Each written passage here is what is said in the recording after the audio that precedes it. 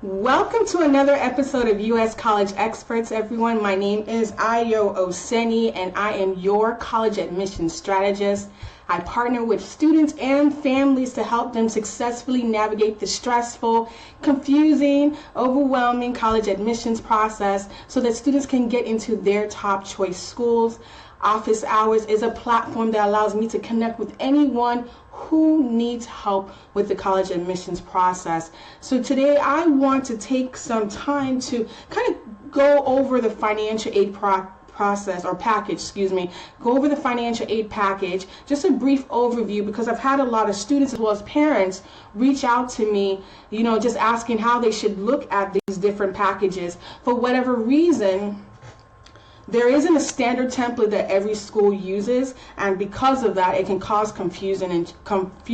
So if you're not sure of what to look for, you might miss something. So I definitely want to explain the financial aid package, what you should be looking for as a parent or a student that's going to the school, and some things that you should also be aware of as well. But before I actually jump in, I want to personally invite you as well as your youth group to our 2017 college tour, summer college tour. We will be providing food, transportation, lots of fun. We'll also have accommodation as well as chaperones. So there's no need for you parents or guardians to take off work. We will do all the work for you. We'll take care of your kids, show them a good time, and make sure also they have an opportunity to see the campuses that they're interested in.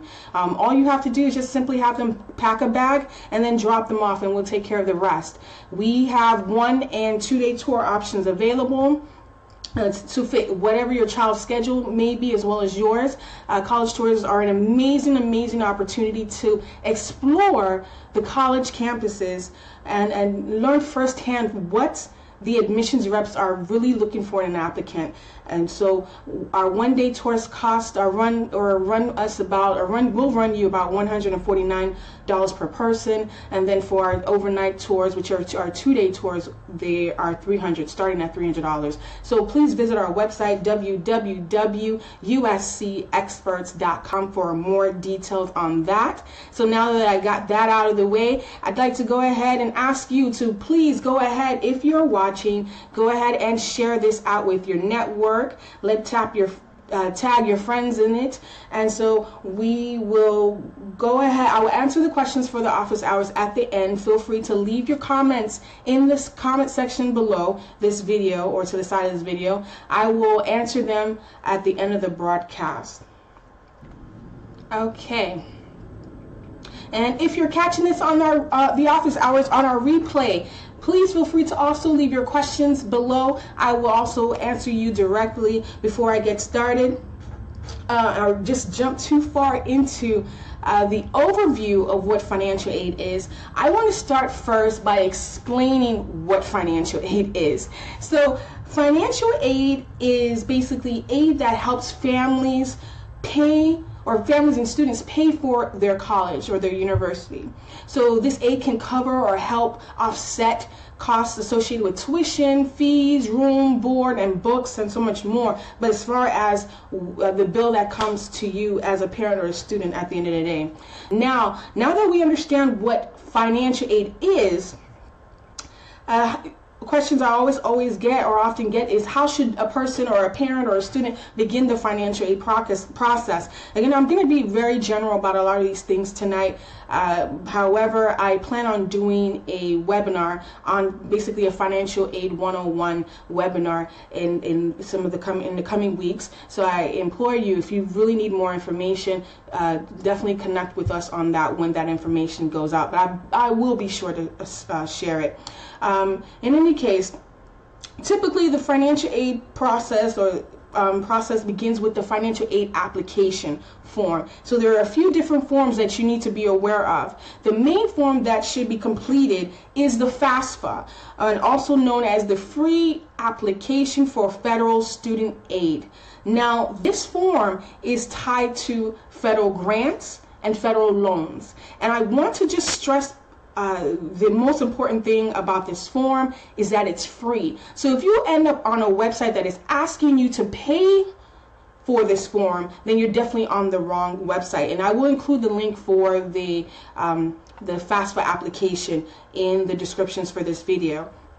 Now, depending on your college, on your students or your college university that you're considering, you may also be required to complete a CSS profile, or CSS financial aid profile, I should say, which is used to determine eligibility for the individual schools or universities. So any grants, loans, or scholarships that school themselves has to offer their students. Now, not all universities require the CSS profile, so I just want to make sure that you are aware of that and don't confuse it. It's definitely different than the FAFSA in the fact that it's a lot more detailed in the information that it asks for, and it's more time consuming than the FAFSA. The FAFSA actually, not right now, because it's offline, but the FAFSA previously was able to pull information from your from the IRS and download it into the FAFSA, and you could probably finish that application, I want to say, in under an hour, whereas a CSS profile can take several hours or a couple of days, just depending on what your financial situation is. So the CSS profile is $25, unlike the FAFSA, which is free. The CSS profile is $25 for the first school that you add. However, each additional school, they reduce the cost, but it still costs you $16 for each school that you add on to the CSS profile. Also, another opportunity that you would have to fill out an application to get additional financial aid is your state. A lot of states, or many states, offer financial aid. But you would actually have to complete the FAFSA because it's also tied to the FAFSA. So if you're not completing the FAFSA, you're basically leaving money on the table by not getting funds from the state if you're eligible for funds from the state. So I just want to make sure you're aware of that. The FAFSA is tied to many states' financial aid form or application. So you want to make sure that you are completing that.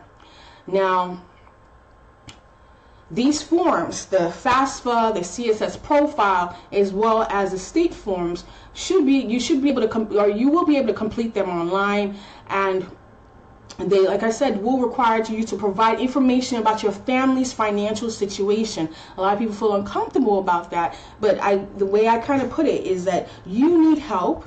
And so they need to know how much they can help you. So you have to make yourself a little bit vulnerable in the sense that, or I don't want to say vulnerable. You want to make yourself a little bit more transparent in the sense of the information that you provide the schools. Okay.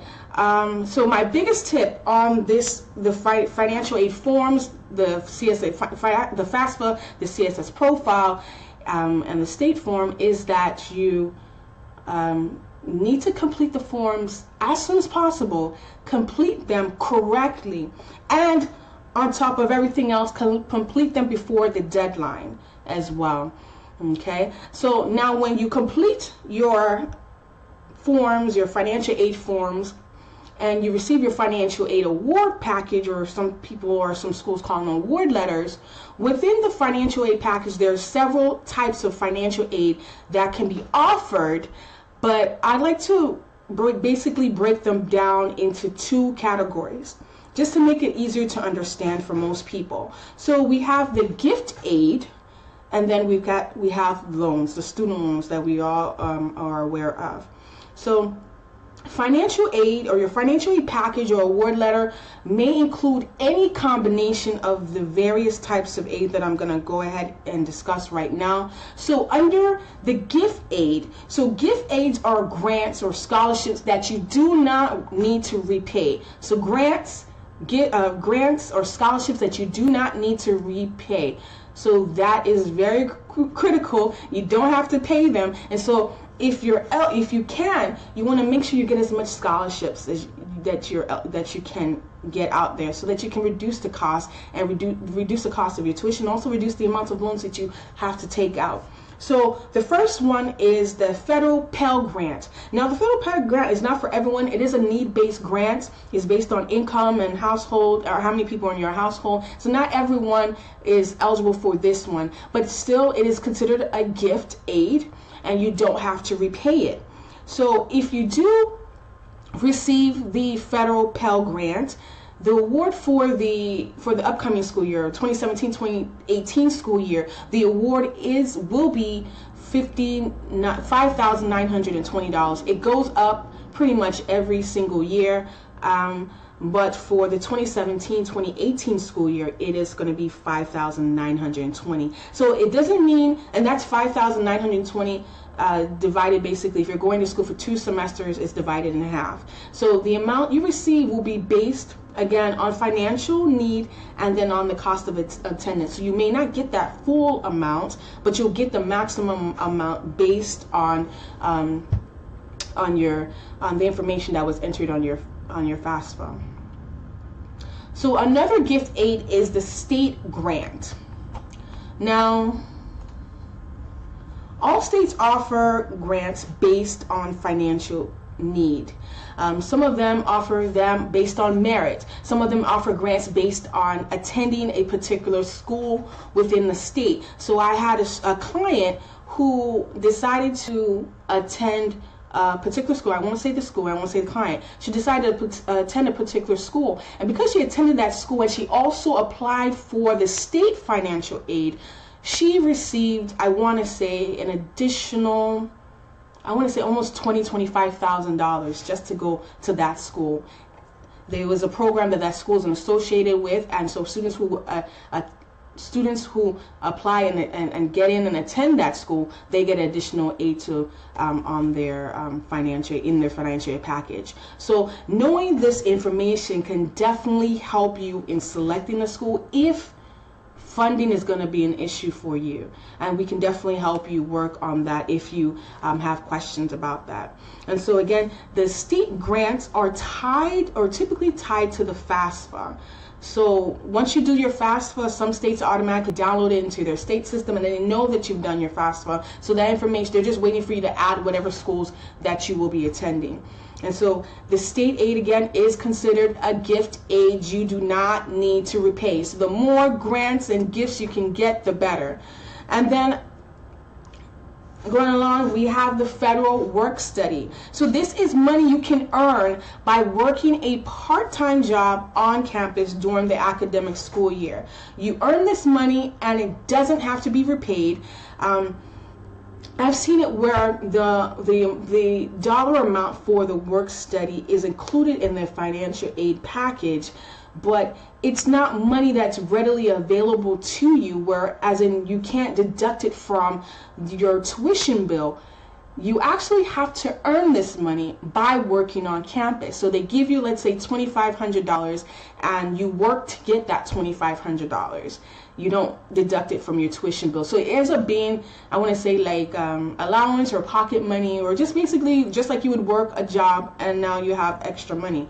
Now the biggest thing I want to say about work study is that the position is not always guaranteed. So they might include it on your financial aid package or your financial aid award letter, but the position for the work study is not available, or you actually have to go on campus to find that job. And so depending on how big your campus is and how many jobs there are, you might not have the opportunity to work on campus. So you want to always keep that in mind. So that's something you have to make sure that you're very proactive in securing, okay, once you're awarded work study. Then we have university scholarships. Now, this is any scholarship provided directly from the college or the university. It might be based on merit, it might be based on your activities, your sports that you're involved in, your leadership, but be very, very, very careful. And I always tell my students to truly understand the requirements to keep that particular scholarship. And then also understand if it's renewable. So you need to understand, is it tied to a GPA? Is it tied to a certain major? Again, like if it's renewable, will you have this scholarship available to you next year or all throughout your career at that particular school? You want to make sure that you understand those details so you don't set yourself up or shoot yourself in the foot. Again, university scholarships are considered gift aids. You do not have to pay them back. So we want to make sure we have as much money as we can so you don't have to pay them back. Okay, and then there's also what I call restrictive scholarships. So restrictive scholarships are awards based on meeting a certain criteria. So it might be you fall into a certain race or gender or nationality, or you live in a certain area, or you declare to be a certain major, or you have a particular interest. This is considered a gift aid, and you don't have to repay it. So now that we talked about all the grant aid or free money that does not have to be repaid, we talked about the Pell Grant, we talked about the state grant, we talked about federal work study. Again, that has to be earned and you don't have to repay it. And then there's university scholarships, and as well as the restrictive scholarships. So now on to student loans, which I hate student loans, but sometimes you may not be able to afford that school without it, but you have to be very mindful of all the things that are tied to student loans. So there are several different types of student loans, and I'll go through the ones you will see on your actual financial aid award letter or from the school. There's also, student loans that you can get from banks as well, but this is the ones that are more federally based or are offered by the school that you might see. So student loans, you have to repay them. And I want to make sure you're aware that student loans are the only debt that you can't file bankruptcy on. So you want to be very, very, very careful in how much you're taking out, and then also do your research before you take them out so that you truly understand what the requirements are. Okay, so there's the Federal Perkins Loan, which is a low interest student loan. It typically, I think right now, the fixed interest rate is about 5%. Your school acts as the lender. So you pay or you repay, payments go directly to the school.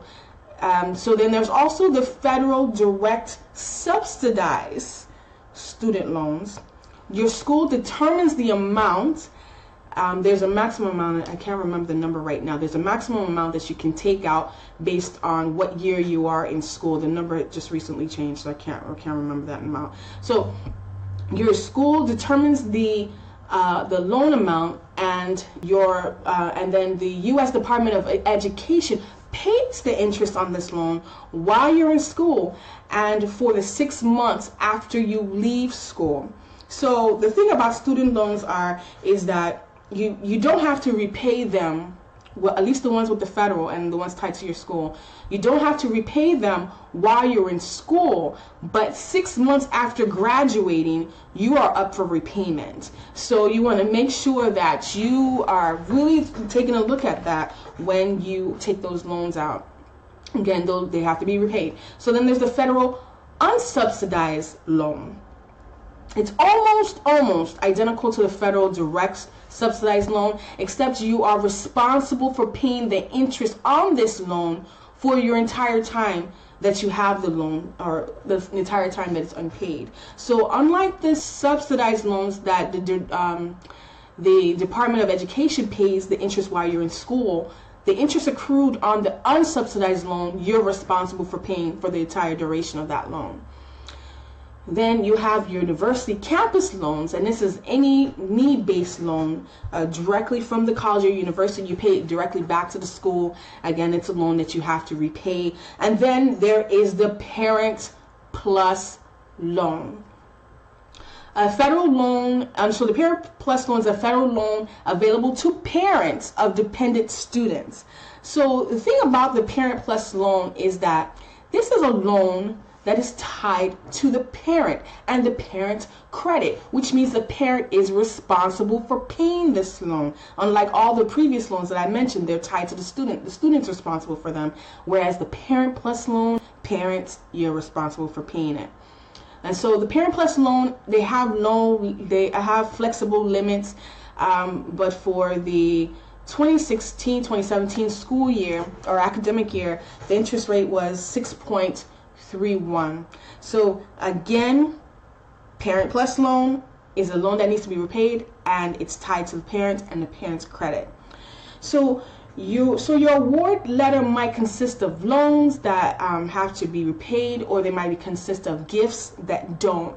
So my biggest piece of advice is to compare your financial aid award letters to make sure that you're making the best decision for you and your family. Remember to multiply, and I tell people to do this, remember to multiply your out-of-pocket or your loan amount by how many years you're planning to be in school, so that you can have an estimated cost, like a reality right in front of you of how much it's really going to cost you to attend that particular college or university.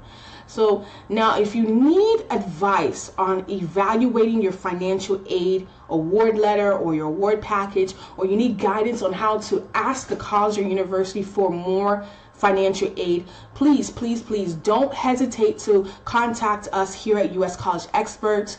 We've been successful with helping students and our families get scholarships and more financial aid, and we want to help you. We're here and we're ready to, and we're willing to help.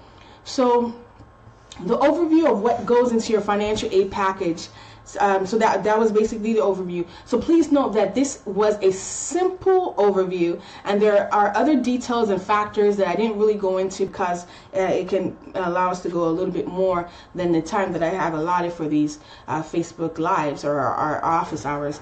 But like I said earlier, we are working on having a financial 101 webinar so that we can really dig deep, and I can share more information soon. So be on the lookout for that. So I hope I was able to help someone with that. If you found that after watching this broadcast you may need support during the college admissions process, we offer several services to meet you at any point that you find yourself in the college admissions process. So if you found this broadcast helpful, please do share it with your network. Okay. So if you do have questions after this Facebook Live and or our office hours, feel free to reach out to us via our Facebook page. Like our page, post your questions. So please always remember that U.S. College Experts is here, and we want to partner with you through the college admissions process. It was fun, and thank you again for joining us for our office hours. God bless.